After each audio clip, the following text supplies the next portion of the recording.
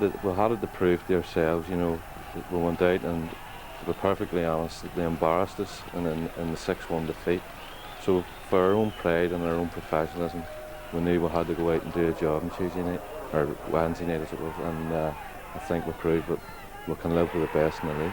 Yeah, you've had such a good defensive record when you won the first division, but now up front we see for them on Saturday. Yeah, Ballymena are a good side. They'll hold their own in the Premier Division, but I would like to think we can go to the showgrounds and come away with something. Yeah, if you do, yeah, you'll be continuing the good form. The celebrations aren't starting too early, I'm sure. Not at all. We're not getting carried away at the minute, Stephen. Okay, Ballymena scored a couple of good ones on Saturday. You've been knocking them in as well. Marty, thanks very much indeed for coming in. Along with Coleraine and Glenavon, we begin with Ballymena, and watch out for a super strike. The top of the table clash at Ballymena brought top-class goals. The first from Philip Nail, a la Pele, over keeper Reese's head from fully 40 yards. The keeper well beaten, but great awareness here from the in-form Nail, and a super goal set to brighten up any Saturday afternoon. Well, in 16 minutes it was 2, a long-range ball. Great control here from Peter Murray just inside the box, and he drilled it past Rees. 2-0 up for Ballymena. It all went wrong for Marty Quinn's Cliftonville side on 29 minutes. Their highly rated striker Jody Tolan reacted off camera to this John McConnell tackle. He'd been booked earlier, a second yellow card, followed by a red. Wes Lamont was at fault for the only goal after just 6 minutes. A poor kick out straight to Barry Patton, who returned the ball past a stunned goalkeeper, and that was Patton's 14th goal of the season. Coleraine laid siege to the Ballymena goal but couldn't produce any fireworks. Robbie Beck on his return on goals managing somehow to keep a clean sheet. The home side worked hard to create openings, but they didn't always hit the target. And when they did from long range, goalkeeper Beck was equal to the task, and the new boys to the Premier League held on to go joint top overnight.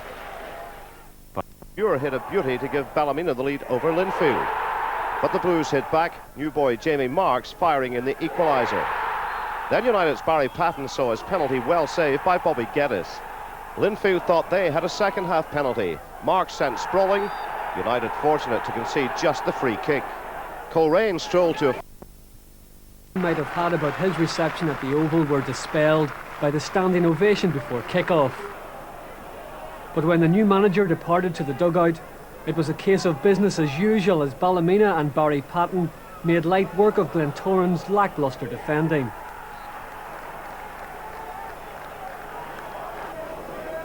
Patton then gave Devine a 2-yard start, but still beat him to a through ball to set up Murray for the visitors' second.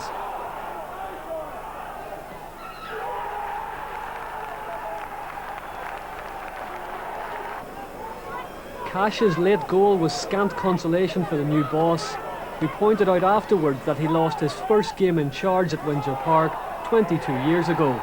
He'll be hoping that's an omen. The rudest of awakenings for stand-in Cliftonville goalkeeper David Hassan, as Ballymena took a first-half lead against the leaders. Cliftonville were on the back foot at the start of the second half, but it looked like Hassan had cleared the immediate danger. Declan McGreevy's strong header then set up a race between Barry Patton and the Cliftonville defenders. No contest really, and it was 2-0.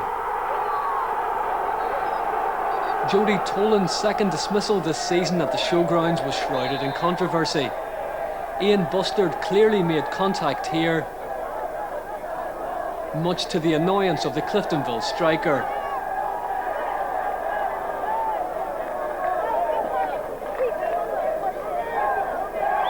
And the incident ended with Tolan getting his marching orders for his second booking of the game.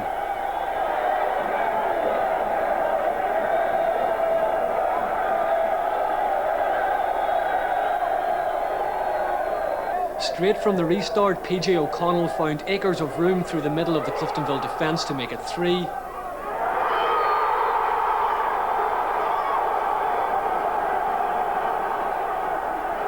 And Peter Murray's first-time volley completed Ballymena's second home win this season over Cliftonville.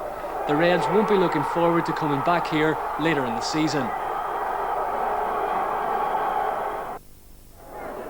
The 7-goal show started early at Seaview, with Peter Murray opening the scoring in just 2 minutes. But Crusaders steadied the ship, drawing level through Glenn Hunter, and then taking the lead courtesy of Stephen Baxter. Even at that stage though, Ballymena heads didn't go down. Well, as we said at half-time, we were 2-1 down. The manager says, look, just keep playing away, and he says it will come to you, and fair play to a manager. 5 minutes ago it was 3 each. A lot of teams at Seaview would have just settled for the draw, but he threw on Nick Callanish and he done the business.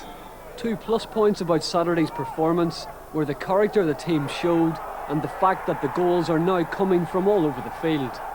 It was absolutely a fantastic game. You know, the thing that pleased me most was not only the way come back twice to beat Crusaders, but the out-battle and out-fight Crusaders at Seaview is no mean feat.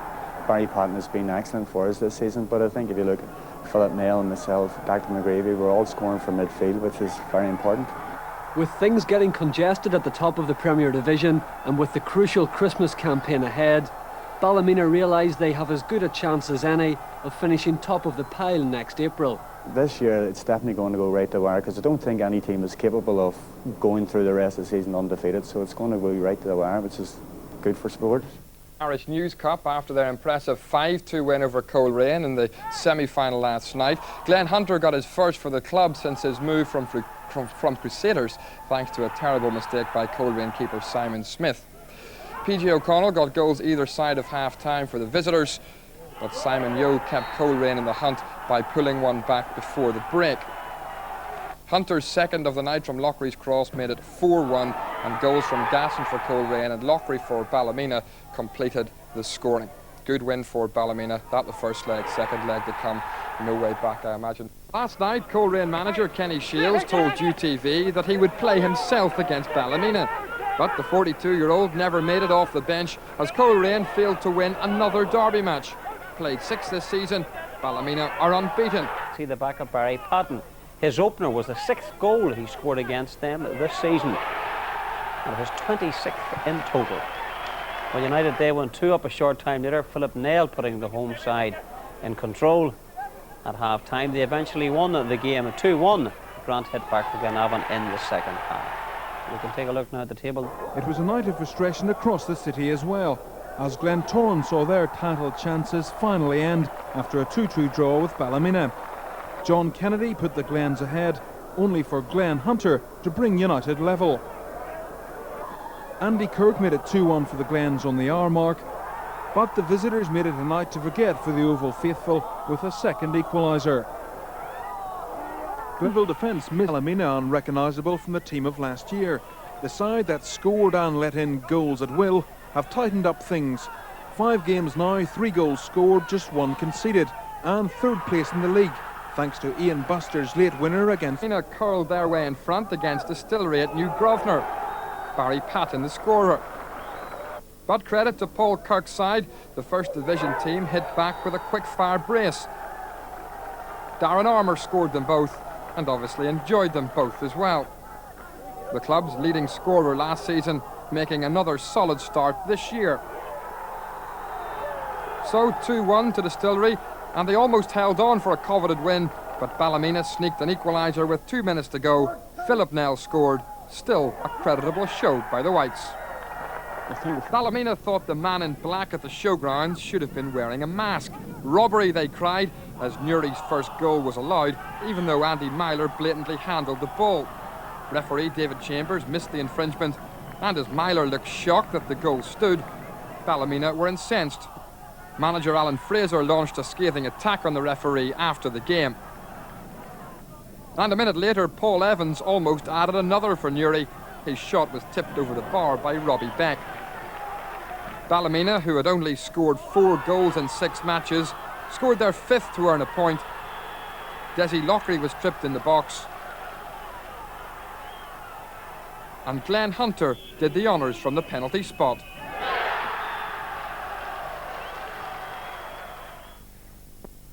All season, and last night left strikers Barry Patton and Glenn Hunter on the bench and won.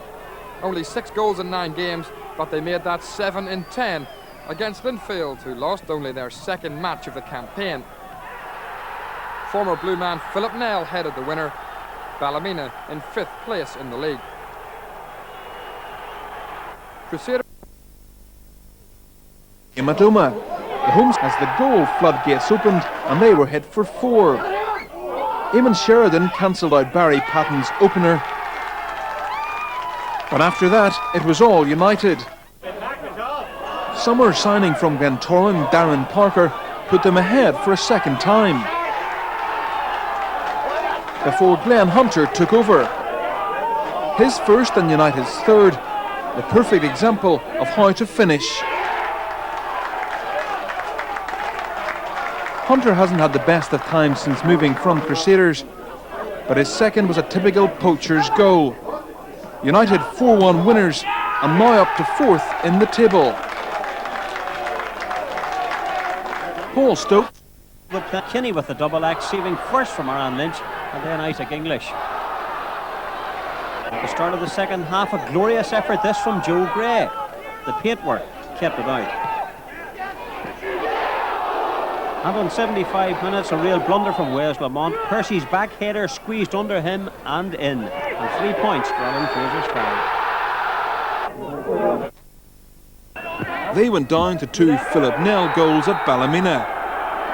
The United midfielder is one of the very best from free kicks around the box. His second goal a little scrappier. United going well, though in 5th place. Defending champions Cliftonville felt... Great finish that. Philip Nell picked a spot. Dalton had no chance. Well, Portadown may be struggling, but they will always be a force when Vinnie Arkins is around. A poacher's finish here to make it 1-1. And in the second half, a simple move restored Ballymena's lead. Nail the provider this time, and Keith Percy, coolness personified. Well, Ballymena protested loudly about this late penalty award, but referee Leslie Irvine had no hesitation in awarding the spot kick, and Vinnie Arkins said thank you very much, 2-2. Showground 4 past Ballymena United at Windsor before Christmas. Saturday was the Sky Blues' turn for revenge. The evergreen Desi Lochary started the rout just 18 minutes in. Goal number 2 came on the half-hour mark. Linfield claims for a penalty were turned down, and a classic counter-attack ended with PJ O'Connell's cool finish under pressure. If the first 2 goals were good, the third was even better. Fullback Mark Carlisle had only scored once in 10 years at United. Game number 276 on Saturday was marked by goal number 2. What a goal it was. United 3 up after only 35 minutes. Linfield had fought back from 2-1 down to beat Ballymena 3-2 in the Coca-Cola Cup recently, and another fight back looked on the cards with 2 quick goals in the second half. Glenn Ferguson got the first before another outstanding finish on a day of outstanding goals. Tony Gorman's superb strike, making it 3-2 with plenty of time still remaining. But United finished off the match and perhaps Linfield's title challenge with a 4th right at the end. Again it was Lochary, a great day for him and United. It completed a miserable day for Portadown. Ballymena won, hammered in elite. And the sides couldn't be separated in normal time, but the home fans got the result they craved 8 minutes from the threat of a penalty shootout. White's keeper Paul Rice blocked Glenn Hunter's initial shot, but substitute Barry Patton ended a lean spell with the winner as United earned a semi-final tie with Portadown. Keeps the season going. The boys are up for it for the semi-final. It's a good draw, Portadown, so we know what we'll have to do and we have every chance of getting into the final. And those They lose the game, but also Jody Tolan was stretchered off with a suspected broken leg. It was Ricky Culbertson who scored the opener with a cracking volley. Tommy McCallion equalised before substitute Philip Nell made it 2 wins on the trot, with the goal 6 minutes into injury time. Finally, no goals at Opener at the showgrounds, with Chris Scannell apparently giving the visitors the lead. Another effort adjudged offside. However, Cliftonville made amends by storming into a 2-goal lead shortly after the interval. Aidan O'Kane racing the length of the field, Tommy McCallion's beautifully weighted pass, and O'Kane's well-judged chip from the edge of the box bringing the first.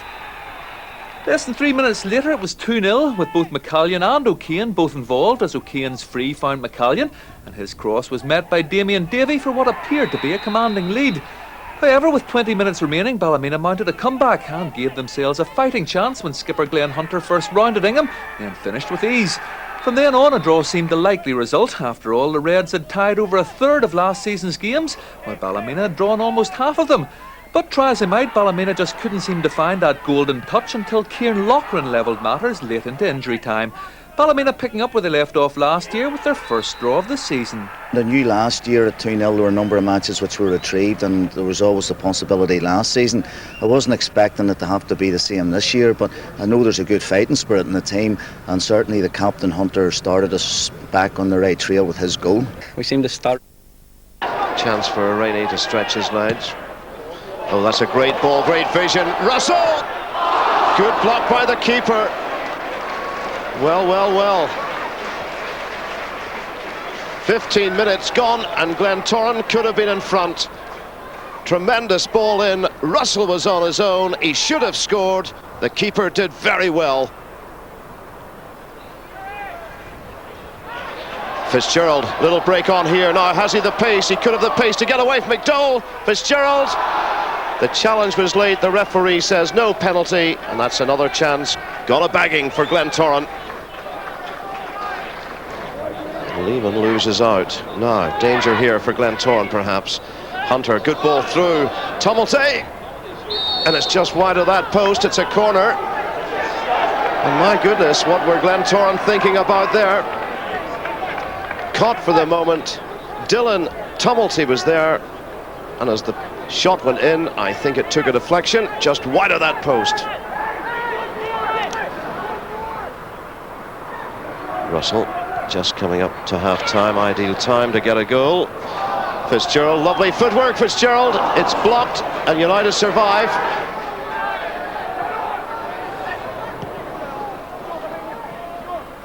Armstrong. Good ball in, far post. Fitzgerald is there, controlled it well. Rainey, all sorts of deflections and a corner kick. Much better from Glentoran. Direct football. Armstrong did well initially on the right. Good control in the middle from Fitzgerald. The shot from Rainey taking a deflection. Armstrong. Short ball though, and United have it back. Now Glenn Hunter. What can the United skipper do? Being held up. Calderwood joins in. And here comes Dillon. And Goff very bravely to the rescue. Rainey and about 10 players in a bunch in the 18-yard line. Rainey gets it across. Keeper didn't get there. Off the post. It's well, Lockhart was almost in there, and it was off the line. It was Nigel Boyd, and the corner kick has been given. We've played over a minute of time added on. McCann chips it forward. Armstrong, danger here. Lockhart's in the middle. Lockhart! He has done it right at the death. The new boy. Can you believe that? It may well be the last kick of the game. Loughran swings it over. There's a header. It's 1-1. Can you believe that? The equaliser. Yes, it was some. Last night, Mina and Portadown are all level on 5 points at the top of the table. Coleraine for the title, Ballymena for relegation. That was the prediction of many before the start of the season, but United have confounded their critics with spirited draws against Cliftonville and Glentoran and this convincing victory over their rivals. It was Scott Drummond's night. The Scottish-born striker pounced for 2 second-half goals to shoot his team to the top of the table. I'd say, And that's fans, but Guinness Manager and Player of the Month, Lawrence Stitt and Tommy McCallion. The visitors Ballymena United though took an early lead. Following a Gerard Little corner, the ball fell to debut boy Simon McNichol, who fired past Michael Ingham. Cliftonville were being outplayed, but they did carve out a chance in the 12th minute. Stephen Small setting up centre forward Chris Scannell, who shot wide at the second attempt. Aidan O'Kane whipped over a dangerous looking corner, which the Ballymena goalkeeper Paul Callahan had to turn over for a corner under severe pressure. Ballymena should have made it 2-0 midway through the half. Gerard Little fed Tony Anderson, who rounded Damien Davey, but the Reds keeper Michael Ingham, who was on duty with the Northern Ireland under-21s in midweek, did well to turn the ball for a corner. Barry Rooney came close for the home side. His cross caused problems for Paul Callahan in the Ballymena goal, but fortunately Gerard Little was on hand to clear the danger. And that one ended 2-2 Cliftonville. Had a win in 5 weeks and a threat of relegation very real. 3 points with the priority for both. And with Crusaders starting the day 4 points adrift at the bottom, this wasn't the start manager Gary McCartney had in mind. 96 seconds on the clock and Ballymena's John Gregg put the visitors in front with a spectacular goal from 25 yards. 5 minutes later they could and should have been 2-0 up, but for Barry Tummelty's shot being cleared by Kieran Donaghy. From the outset it was obvious that Ballymena were causing the Crusaders' defence a lot of problems. These were compounded when another corner produced a second Ballymena goal. Gerard Little's corner was picked up by Blair Schooler, who flicked on to Jason Allen, who headed home for his first goal of the season. By now the Crusaders' excellent defence of a week ago against Cliftonville were a distant memory. 2 minutes later Simon McNichol's goal, and his second of the season, made things much more bleak for the Crews. The damage had been done in the first half hour, and it would take a Lazarus-like comeback to get anything from the game. No luck was to be had for Crusaders, and nowhere was this more evident than when 2 fine chances from Stephen Baxter in the space of as many minutes denied them a goal in the first period. McGill can feel pretty satisfied with his league performance to date. Teenager Tony Anderson's vision catching Ingham off his line for his side's opening goal. However, Cliftonville equalised in the most controversial fashion when Tommy McCallion's shot was judged to have squeezed inside the near post. Ballymena protested, pointing to a hole in the side netting, and the replay provides convincing evidence to support their case. But justice was done from Gerard Little's free when Aaron Burgess scored the winner with 7 minutes remaining. Ballymena's first league win at the showgrounds for almost 3 months. Charge of the Braidmen for the first time, and he started with a win. Oma goalkeeper Gavin Cullen had a less memorable afternoon. His mistake allowed Kieran Loughran to score from this free kick after just 12 minutes. Cullen did redeem himself shortly after that mistake, saving well from Nigel Boyd's effort. But Boyd wasn't to be denied, and he doubled the lead before half-time with a header from Mark Carlyle's cross. That's his first goal of the season. Oma Town pulled one back in the second half. Austin Friel played the ball through to Barry Curran, who beat new Ballymena goalkeeper Tim Dalton with the shot. That's 2 goals in 3 games for him. 6 defeats in 7 games is the... Out Linfield, Aaron Burgess is there, round the goalkeeper. Oh, and he just puts it right across the goals. The angle was poor. And Ballymena there with the first real chance of the game after 32 minutes. They really caught out Linfield with the quick free kick. Good thinking. Aaron Burgess looks set to score, but it stays 0-0. Amazingly, Linfield have yet to get an effort on target. It's been a very quiet first half. Credit to Ballymena, they've done well, but they need to hold out for another minute because Linfield have a chance, and it comes from Gavin Arthur. It's an excellent one, and Tim Dalton did excellently as well to tip that away. Oh, a little bit of a chance. Aaron Burgess gets it through. Nigel Boyd is there, gets a shot on target and gets a shot in the net, and that is an absolute stunner for the champions. They haven't looked like champions today. Ballymena have done extremely well, and they've taken the lead 11 minutes into the second half. An absolute stunner for the crowd here at Windsor Park. The Ballymena fans are cheering on the far side. They can't believe it. It's 1-0 to Ballymena.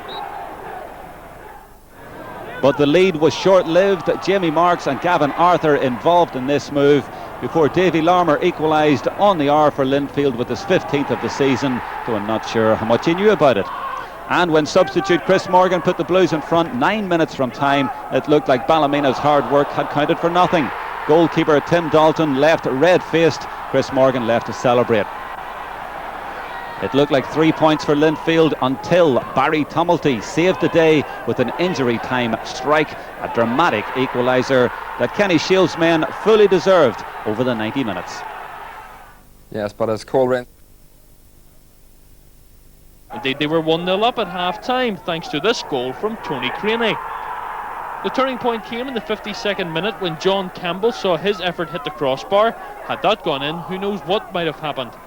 However, Ballymena levelled 13 minutes from the end. Nigel Boyd with his third goal in 4 games since Kenny Shields took charge. 2 minutes later, the home side went ahead. Jason Allen, who doesn't score too many goals, with a thumping effort from the edge of the penalty area. Glenn Hunter, who returned to the side after his fire service training, made it 3 goals for the home side in just 6 minutes with a great solo effort. But the juniors weren't finished. They reduced the deficit to just 1 goal when Mark Reynolds converted Craney's cross. However, that man Hunter scored with a back post header to restore the 2-goal advantage and send Shields and co into the next round. Striker Peter Withnell was red carded. But against the odds, United took the lead on 32 minutes. Shea Campbell's measured pass, Nigel Boyd supplied the finish. 8 minutes after the break, United's 10 men made it 2-0. Campbell's cross cleared, but Lee Patrick found a gap at the near post. On 67 minutes, Oma pulled one back and take a bow James Quigley, a scorcher into the top corner. A minute later though, United should have wrapped it up, but somehow Campbell fired over from 8 yards. And thanks to keeper Darren Crawford's brilliant save from Brendan Devlin, United held on. They're at home to Glenavon in the next round. Big night for provided the opposition, but Ballymena stood up well to the test. It was a real gala occasion as Ballymena and their Premiership visitors were greeted by 3,500 fans, but it didn't take long before both sides got stuck into what turned out to be a very entertaining game. Ballymena's teenage goalkeeper Dwayne Nelson saved well when Jonathan Walters threatened to open the scoring for Bolton. And he was in action again, making a good save from Jermaine Johnson. But Ballymena weren't overawed and almost snatched the lead a minute before half-time. They were unlucky to see this effort hit the post. Ballymena manager Kenny Shields made changes in the second half, 11 of them, and sent out a totally different team, although it was Bolton who continued to create the majority of the chances. Good defending and some good luck kept the scoresheet blank for some considerable time. But just as Ballymena were beginning to think it might be their night, Bolton Wanderers made the breakthrough. Chris Downey heading past David Henry. And a minute later, Wanderers' win was watertight when Kevin Duff fouled David Norris. The penalty was awarded, and Republic of Ireland midfielder Gareth Farrelly did the rest. It might have been a 2-0 defeat for the team, but Ballymena still came out as winners on the night. I thought the atmosphere was exceptionally good. I think the fans turned out in the thousands tonight and filled the stadium. At least all the seats were taken anyway. And of course, in the end, we finally managed to get a couple of goals, which I'm sure everybody was glad to see. I'm sure they'd like to see one going the other end as well. But overall, a pretty competitive game, and Ballymena made a very, very good account of themselves. Absolutely fantastic. The amount of work that was put into it by a lot of voluntary people and a lot of the people from the area has been fantastic. The turnout, the town has really supported the team immensely here tonight, and it created a great atmosphere. But one of the best games of the season so far. Andy Smith opened the scoring for the Glens as early as the 3rd minute, latching onto a Tim McCann cross into the box. But evergreen Trevor McMullen, very assured in the centre of the field, soon equalised for the visitors after good build-up work from Shea Campbell down the left. Darren Armour restored the Glens lead 15 minutes later, however, and then Mark Carlisle turned the ball into his own net from Scott Young's shot. 3-1 at half-time to Glentoran. They appeared to be coasting. But within 20 minutes of the second half, Ballymena had got back on level terms. Not for the first time in the game, Shea Campbell turned Chris Walker inside out before curling a shot into the top corner. And then John O'Loughlin stabbed home from all of 2 yards. Just as extra time was looming, so too was Glentoran's substitute Darren Lockhart, who raced clear to shoot low past Dwayne Nelson. I bent my run, claimed Lockhart, dismissing questions of him being offside. Not as much as Ballymena manager Kenny Shields bent the ear of the linesman after the game. No such arguments about the 5th goal, however. Michael O'Neill, again involved in the build-up. Michael Halliday, another substitute, allowed too much time inside the area. 5-3 to the Glens, and the big two meet again. Shields was clearly frustrated after the final whistle, but a well-satisfied Roy Coyle can't wait for Tuesday night's final. As Lisburn United. Again, the referee had a big role in proceedings. Distillery claimed that Paul Miller was offside as Oran Kearney fired Ballymena in front early in the second half. They were already incensed at having earlier appeals for a penalty turned down. But Mark Holland appeased his team with 20 minutes to go, equalising after Dwayne Nelson could only parry Brian Strain's effort. 1-1 and all set for a rousing final 20. Cue Paul Miller, latching on to an inviting cross from Nigel Boyd and directing a powerful header past Philip Matthews. That 83rd minute goal securing a second cup semi-final for Ballymena so far this season. The sights are set on their first cup final. The GA First Division United turned out to be a real cracker at Shamrock Park. Portadown took the lead on 62 minutes, Paul McAreevy with the corner and Pat McGibbon with the header. But Ballymena's late pressure was rewarded with an equaliser, Shay Campbell heading in Paul Miller's cross, so they'll have to do it all again. We had 18 buses from Ballymena, which was brilliant, absolutely brilliant. I'm delighted for them that we've brought them back to Ballymena, and hopefully we can have the same volume of support at home, because it's gone into a big game now for both clubs. And at 1-0 you're always Premiership champions Portadown in tomorrow night's Nationwide Cup replay. The informed striker has agreed a new 2-year deal in spite of interest from a number of other clubs. Gary Gillespie reports.